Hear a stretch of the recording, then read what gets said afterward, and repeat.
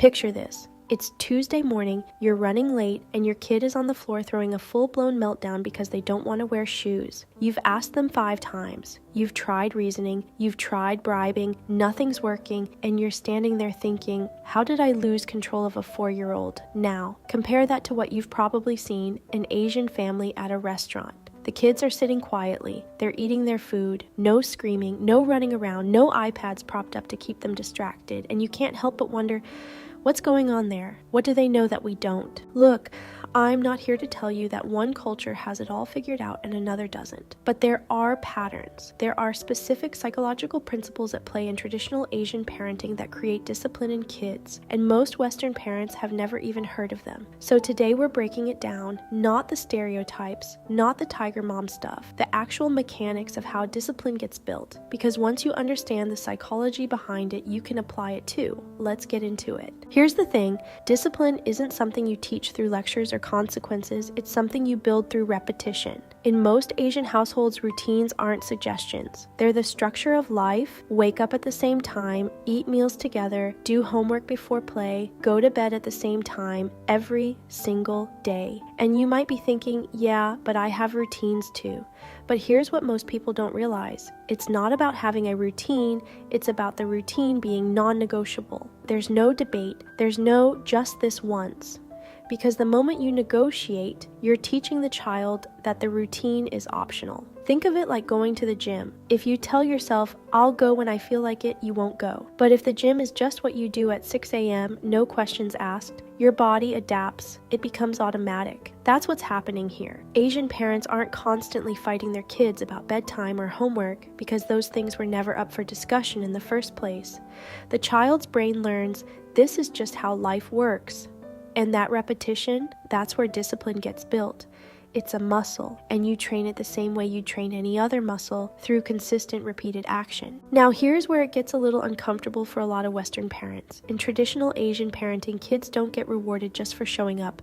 They don't get a trophy for trying. They get praised when they actually accomplish something, and before you say, wait, isn't that harsh? Let me explain the psychology here. When a child learns that effort alone gets them praise, they stop pushing through discomfort. Because why would they? They already got the dopamine hit. They already got the reward. But when a child learns that the reward comes after the hard part, after the struggle, after they've actually mastered something, their brain starts associating discipline with success. It's like training a dog. If you give the treat before the trick, the dog has no reason to do the trick.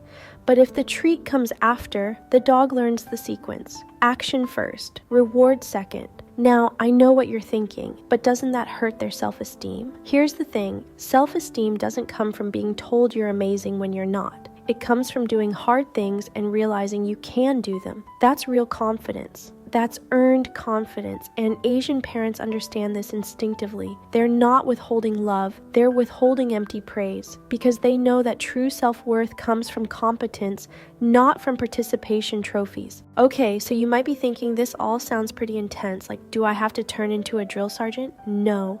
And here's where it gets really interesting.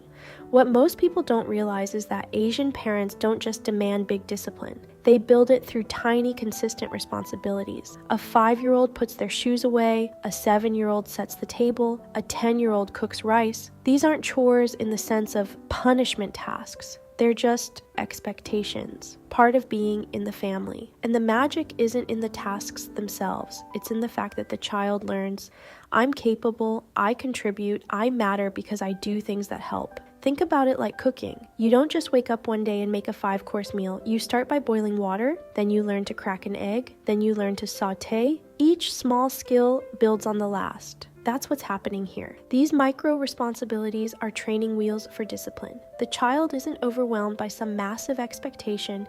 They're just doing one small thing and then another, and over time, those small wins stack up. The kid who puts their shoes away at 5 is the teenager who manages their homework without being asked, because the skill was already there. It just scaled up. Now here's the part that blew my mind when I really started looking into this. Western parents tend to see discipline as something you enforce, like, I need to make my child behave. But in Asian parenting, discipline isn't enforced. It's transferred, the parent models it, the parent lives it. The parent doesn't just tell the kid to work hard, they work hard themselves. They don't just tell the kid to respect routines, they respect routines themselves, and the child absorbs it. Not because they were lectured, not because they were punished, but because it's the air they breathe. It's like learning a language. You don't become fluent by studying grammar rules. You become fluent by being immersed in it, by hearing it, by living in it. That's what's happening here. Discipline isn't a rule, it's a culture, and the child becomes fluent in it without even realizing it. So, how do you actually apply this if you didn't grow up this way? Start small. Pick one non-negotiable routine.